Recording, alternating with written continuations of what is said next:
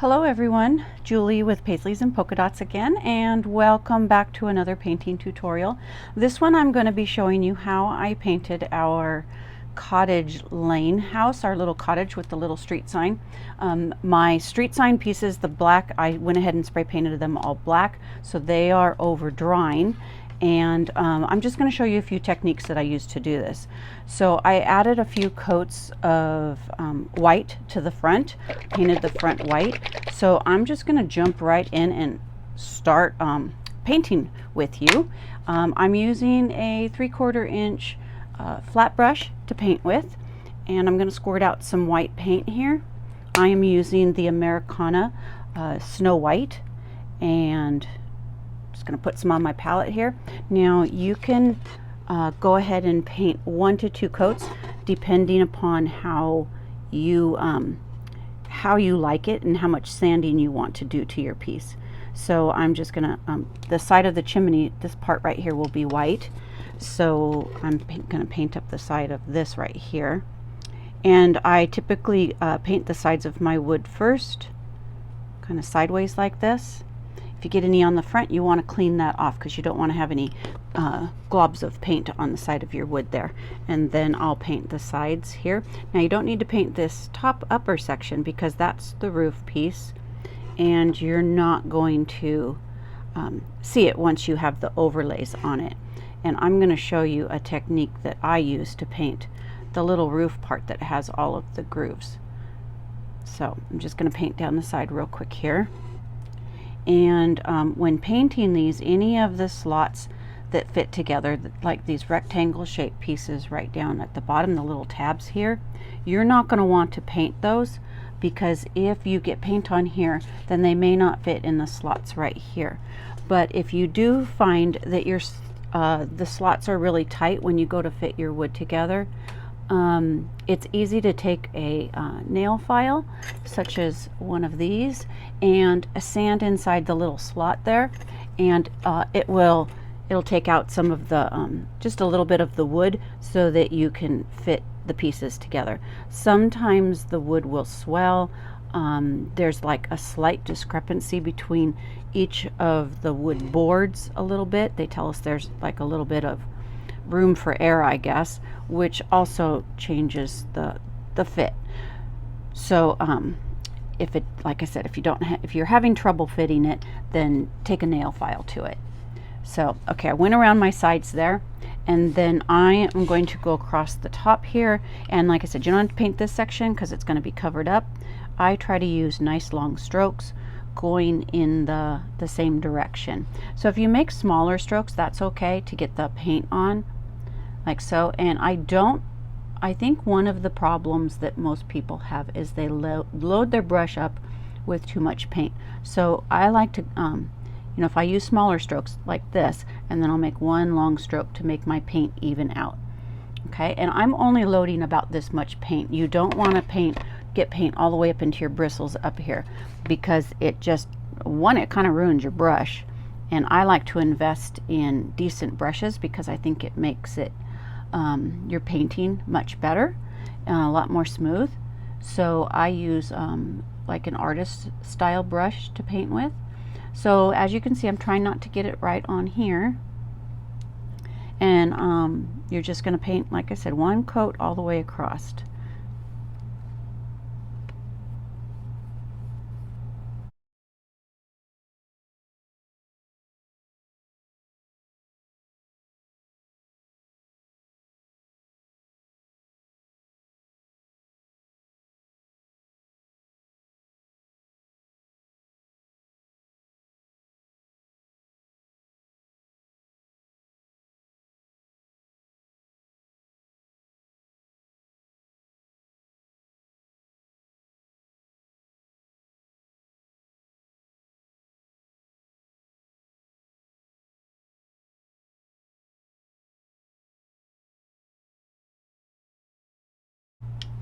Okay, so I have the front all done. I think I will probably, especially on the sides, you're going to want to paint at least 2 coats on the sides to cover that the wood burn from the laser. So I always put at least 2 coats of paint on the side, but as you can see, some of the front is not you can still kind of see the wood showing through. So I'll probably put a second coat on that. A lot of your cross stitch piece is going to cover that up, so it all depends upon the look you want. If you want it to look heavier distressed, then you can go with one coat. So now I'm going to paint this one, and I'm going to go around the side, my edges first. Now you can also use spray paint for the white. That will also work easily. For the black, typically you only need one coat if you use the acrylic paint, but with the spray paint, I do like to paint 2 coats of paint for that. So I'm going to go all the way around the edges, and then again, you want, if you get any excess paint, you want to wipe off the front, but I'm going to go around the sides, and then as you paint the top part, you do want to stay away from, try not to get any paint in these slots. If you do, just try to clean it out with your brush, and if you need to use the nail file, then you can do that as well. Okay, so I'm going to go around this real quick and then paint the top section.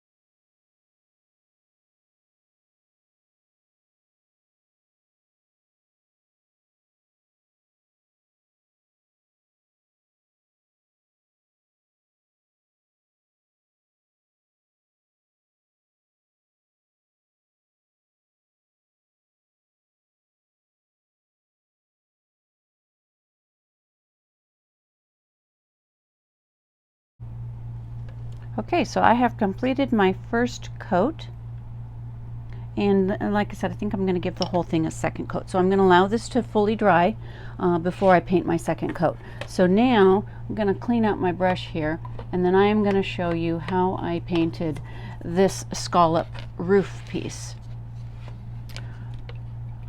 And I'm going to be using a makeup sponge for this, but just like always, I am going to paint the side of the wood first, and for this one I'm going to be using the Folk Art medium gray color. Always want to give your paint a shake, and my paint's this one's kind of old, so I might have a few little old dry pieces in it, hopefully not. But again, I'm going to go around the outside edge first.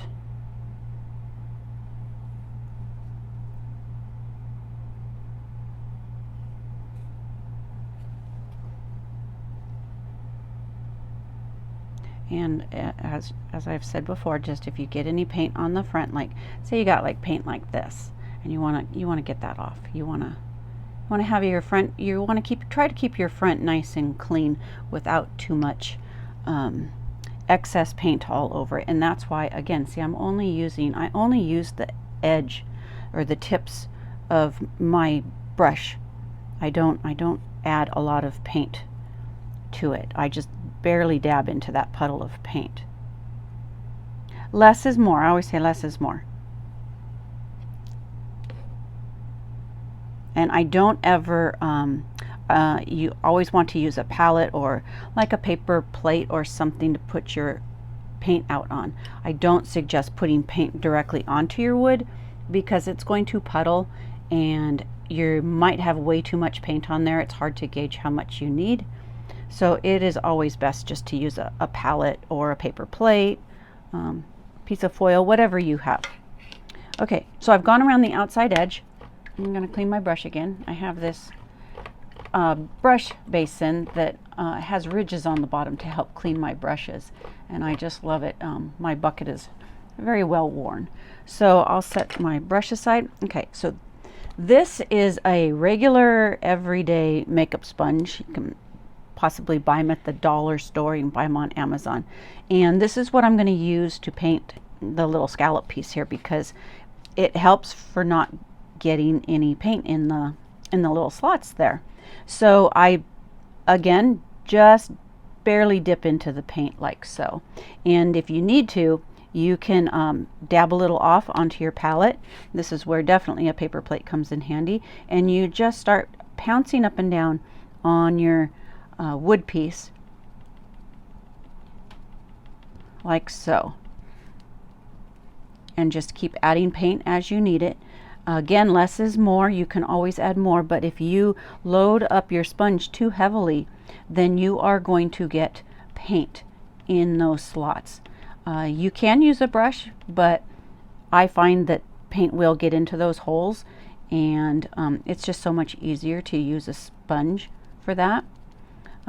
They have bigger sponges, but I typically just like these small ones. You can wash them out and reuse them if you want.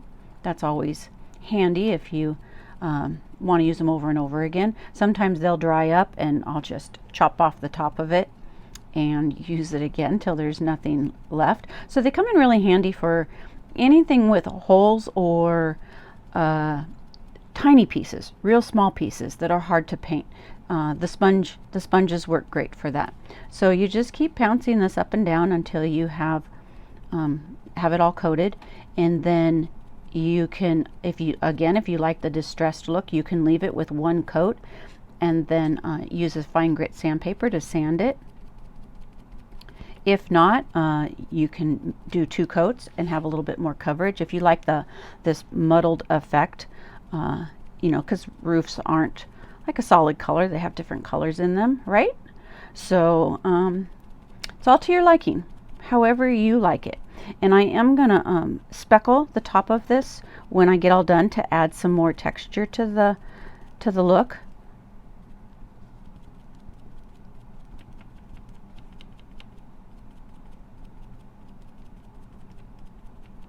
Okay, so got that pretty well covered. Okay, and I'm gonna dry this because I think I'm gonna paint 2 coats. I want mine a little bit more covered, so I think I'll paint 2 coats on it. So let me dry this real quick. This is a heat gun, so if you have a heat gun handy, you can dry it real quickly.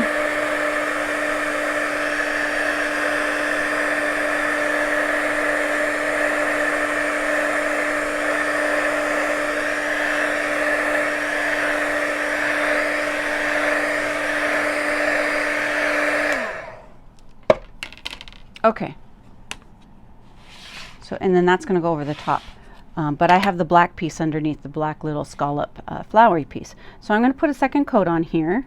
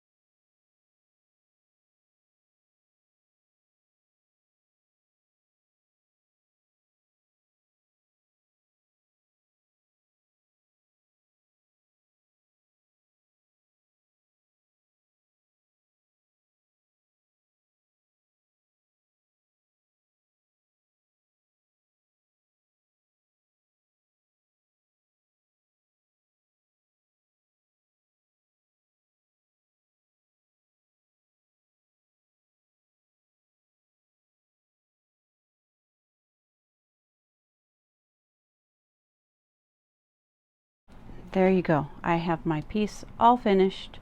I think I'll dry it again and then I'm going to sand it. I'm going to go ahead and paint a second coat on here, and then we're going to sand everything. So I'm going to do that and I'll be right back. I am back and I have all of my pieces all painted.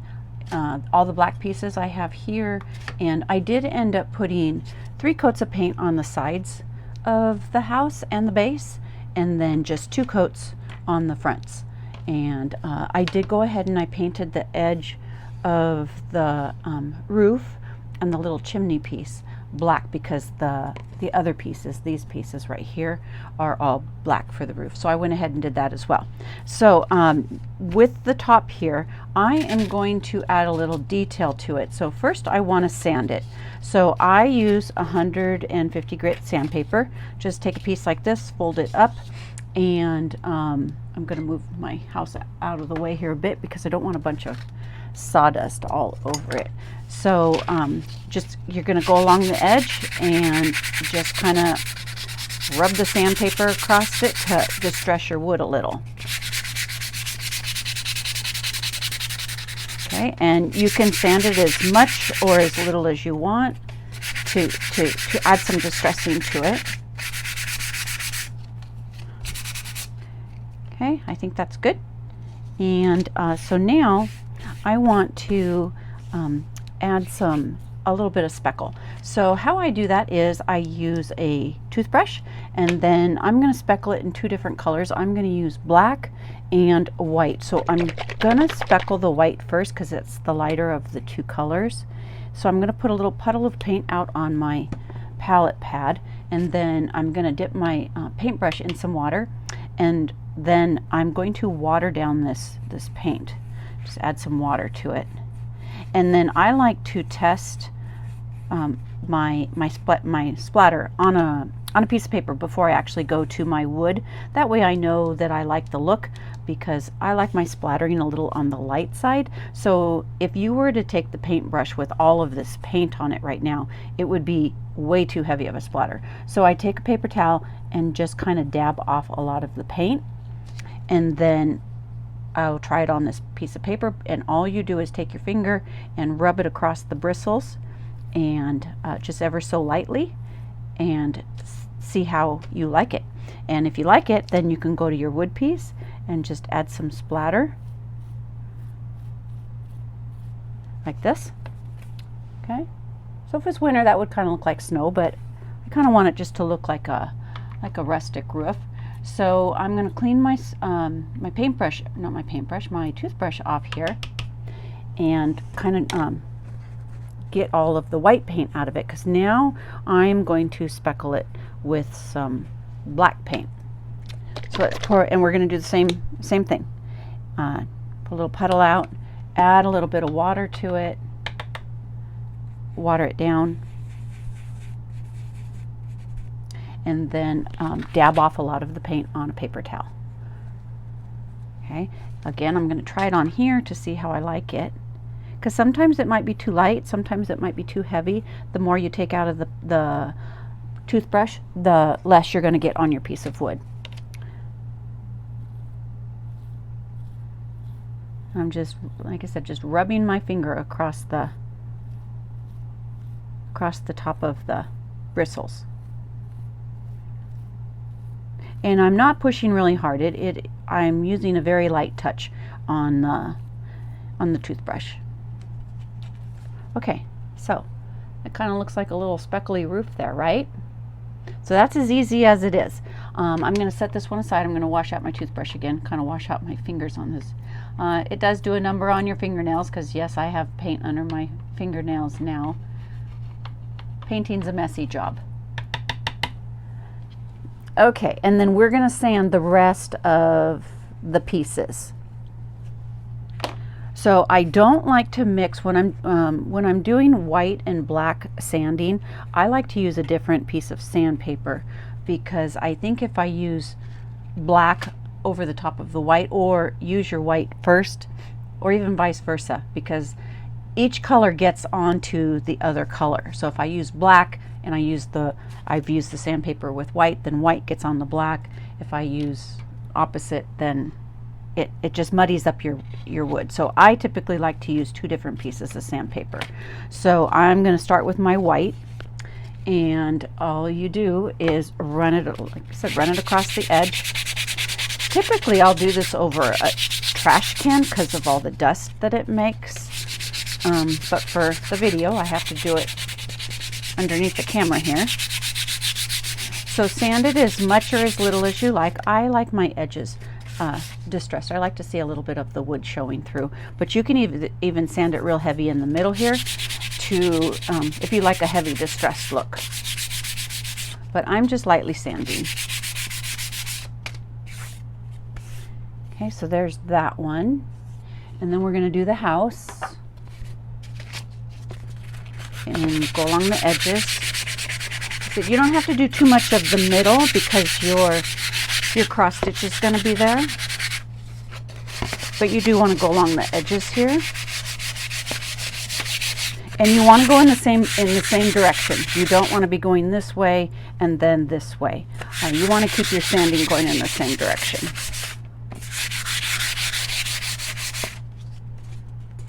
Okay, and then I'm going to do the chimney up here. Don't forget your little chimney piece. Okay. All right, so there's the two of those. And then I'm going to distress. These are all my black pieces, the black sign and all of that. One of the nice things about spray painting these is a lot of paint doesn't get in these little grooves right here. So it keeps the grooves nicely when you spray paint the black pieces. So, and I'm just going to lightly sand these.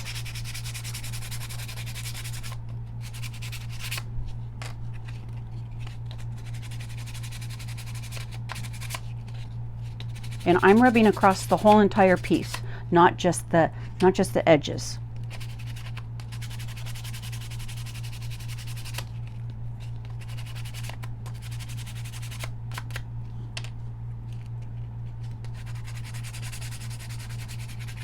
And the black spray paint does tend to be a little on the messy side, I will say that.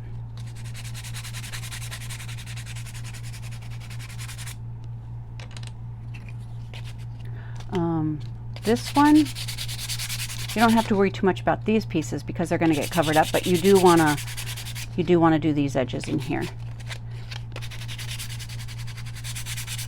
And the top. The bottom part will get covered as well. Okay, and you want to make sure you do, most of the house will be covered, but you do want to do the flower edge at the bottom. But you don't have to worry too much about the rest of it because it's going to get covered with our roof overlay just like this. Okay, this piece right here is a spacer, and I'll show you what we're going to do with that as I assemble the piece.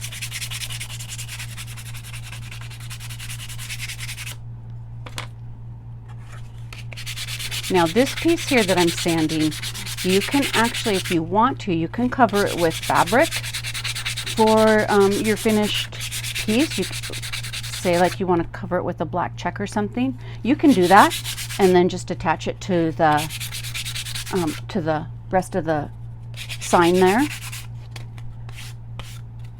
Give it a little bit more texture and a little bit more pizzazz in color if you want. Okay, and then we're going to do our actual sign piece here. And I do find that the spray paint does tend to gum up your sandpaper quicker than the acrylic paint does. And as far as sanding all these little cracks and all the little scroll work, I just kind of get in there a little bit. I don't typically worry too much about getting in every little nook and cranny. I just kind of go over the top, and what sands and what doesn't. I try not to stress over the tiny little parts too mutte. And then I will spray this whole entire piece when it's all done. I'll spray it with a light coat of matte clear spray just to seal up the paint. If you like glossy, you can use glossy. I don't typically like my pieces to be too shiny, so I like to keep them with the matte spray. Okay, and now we go on to I don't have to worry about this piece because that's all going to get covered up with the overlay pieces.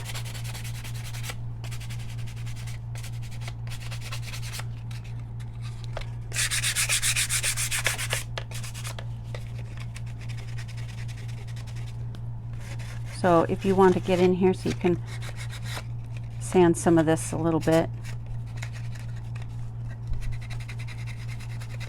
You can also use a tinier piece of sandpaper if you want to really get in the little grooves in there, or the scroll work. Okay, I think that's probably good enough. Okay. And like I said, I don't have to worry about this piece down here. Okay. So I'm going to try and clear off my desk here a little bit with all this sanding.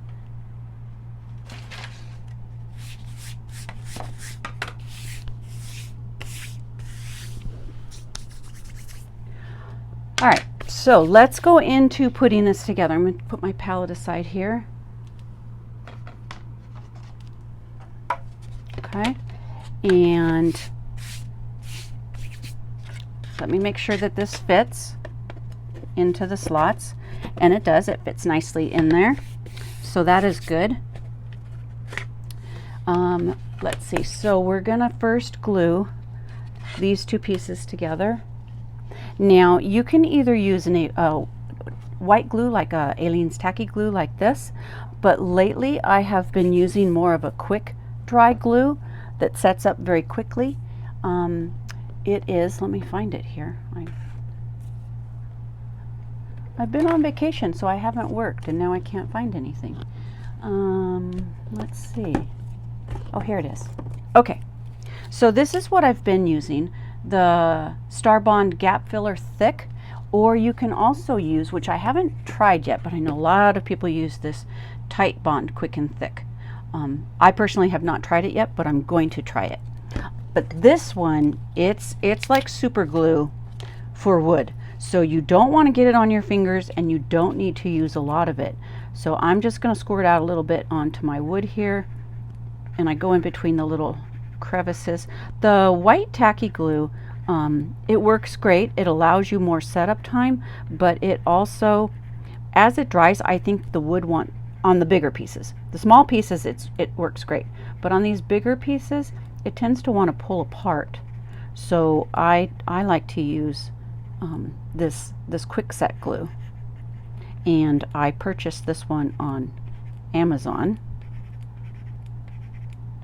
and I believe you can get the Titebond at any of your like local hardware stores, like Home Depot, Lowe's, those types of places. Okay, so I just kind of went in between all the little scallops, and I'm going to attach this to my piece. And as I said, you don't have a lot of time to work with this. So you're going to press it down, make sure everything is lined up. You have probably only about 30 seconds before this really sets up. But it does hold the wood together really nicely. Okay, and it's stuck. Okay. So yeah, so you want to have all of your, your sides and your top and your bottom all lined up really well. Quickly, line it up quickly. So, and then this piece is going to go on top of here. Okay, so I'm going to put some glue on the back side of that. And like I said, you don't need a lot of glue because you don't want it squirting out the side. So you might want to have a paper towel on hand, but that's about as much as I put on, and put it right on top of the roof here. Make sure it lines up. And once you get it all lined up, you can kind of hold it in place for a few seconds to have it set up.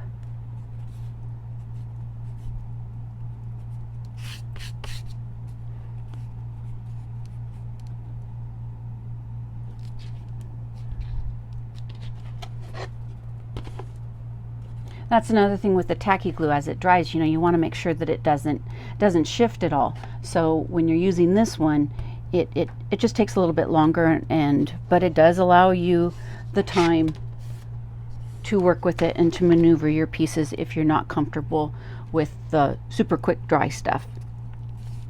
Okay, that is stuck down. So for like pieces like this, you can absolutely use the tacky glue, or just put a tiny bit of glue. I said you don't want it, it's very still kind of pretty liquid, so you don't want it to squirt out all over your wood. It does dry clear, but it still has a little bit of shine to it, so you don't want it seeping out underneath it all.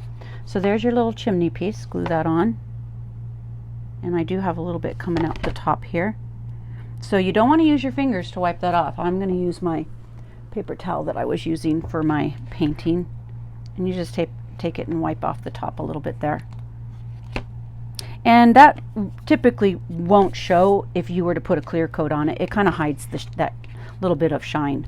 So, okay, so your house is basically done here. If you want, you can glue it into the slots, or if you want to be able to take your house apart and store it, then you can leave the base off. You know, you don't have to glue the base in. Okay, so that's going to slide in there like that. But also you need to decide because of the way the sign fits on. So I'm going to glue the sign pieces together. We're going to set that aside for a moment. I'm going to glue this on.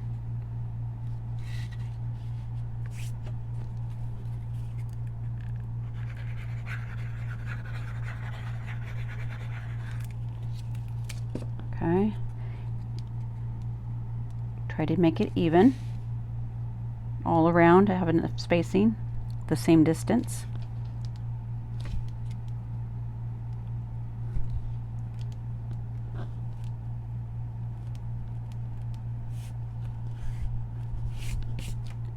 Now there is a garland that goes around this if you want to add some more detail to your piece. There's a cute little garland that can go with it. I will have a painting tutorial on the flowers as well. They'll be sold in sets, so I think 4 months at a time. Okay, and then this is the top.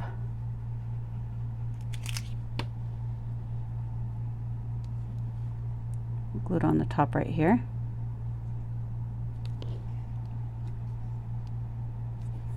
Okay, and make sure you glue these pieces to this, and then this is going to overlay this part right here. So I think I'll go ahead and glue this one on first.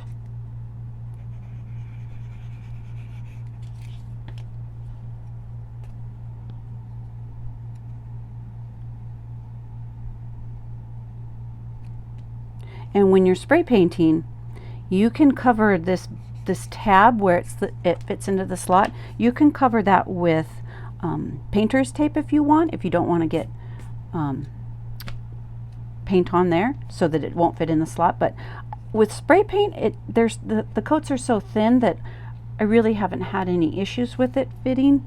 But if your piece is tight, if you want to check it beforehand, you can do that, see how tight it is, and then go from there, whether you want to cover it or not cover it. Okay, so I've got that pretty well lined up. We'll stick these are the little pieces that overlay right here.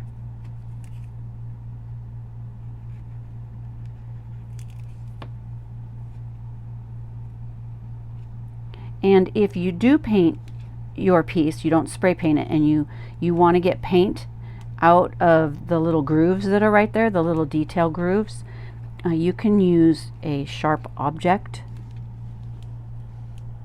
like, let me see if I can find one, a piercing tool or a toothpick. A toothpick works really good, but let me see if I can find one at the moment, which I can't. But it's a sharp little object. It's got like a little, or a pin even, like one of your needles or a pin, and you can just run it right along the lines right here, like so, and it will take the paint out. Let's glue on this one.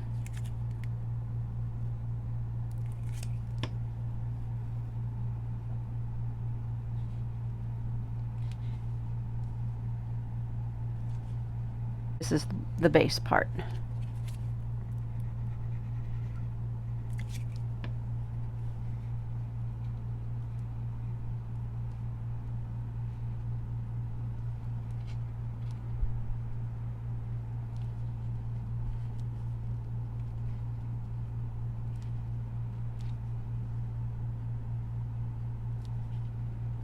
Okay, so when you go to put your sign together, in order to hold the whole thing kind of together and not have your sign flopping around, this piece goes on first. You're going to fit this in there, and it's going to go all the way through. So you're going to have it come all the way through the bottom like this. Okay, and then from there you're going to put it in this slot right here. Okay, I'm going to fit it in there, and it wants to fall because of the weight of the top of the sign. It wants to fall this way, like this. So you're going to want to glue this bottom piece in. But before you glue this bottom piece in, you are going to want to stabilize the top part. So this right here, I'm going to glue to the back side. So what's going to happen is that's going to go in there. This is going to go right here on top of the house. And then when you slide in, let's see if you can see this here. When you slide this in, then this piece here is going to be a spacer to hold your sign in place so that it doesn't, it's secured here and it's secured up there. This is optional, you don't have to, but your sign and your house will be, let me put this in here like this, your sign and your house will have a little bit of distance between them. So this just helps to pull the pieces together and keep them safe from moving around or breaking. Okay, so I hope that makes sense. So I am going to measure where I want to glue that down. So I'm going to stick it in the base in the bottom, and then I'm going to kind of look sideways here and see where it's at. And I do want to move it down a little bit and over. Okay, so it's probably right about there. So I'm going to take this out, and I'm going to glue this circle down where I have it on the board here. Okay, let's glue this one down. And it was about right there. We'll hold it for a second.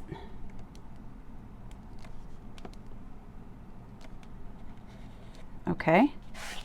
So, like I said, if you want to be able to take this base off, then you're not going to be able to glue this all together because it's going to be permanently stuck once you get it all done. So I think that I am going to put some glue on the bottom here, and I'm going to permanently glue this one in. I'm just going to put some in the little corners right here on either side.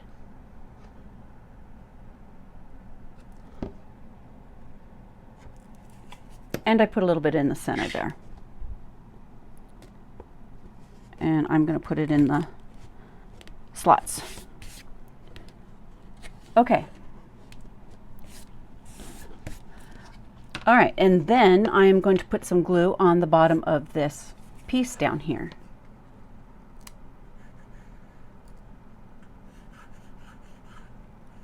So that everything can be held together in place. And before I do that, I'm going to want to add a little bit of glue to this as well, so that it'll be glued on.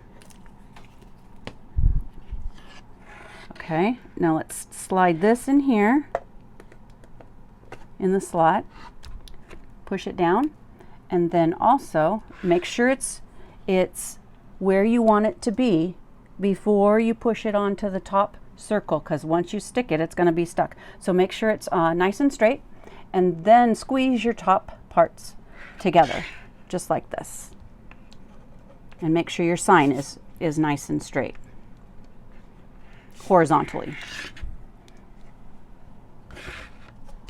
Okay, I'm just going to push these pieces together. So now your house and your sign are all kind of framed together, and it's all done. So just like that. So your cross stitch piece is going to go here, your little cottage sign is going to go up, your street sign is going to go up there, and it's all complete.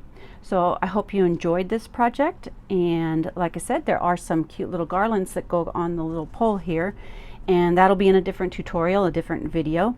Hope you enjoyed this one. If you have questions, you can put a comment in the box below and I will answer you, or you can reach me at info@paisleysandpolkadots.com, and I'd be happy to answer any questions you have. Thank you for watching. Bye-bye.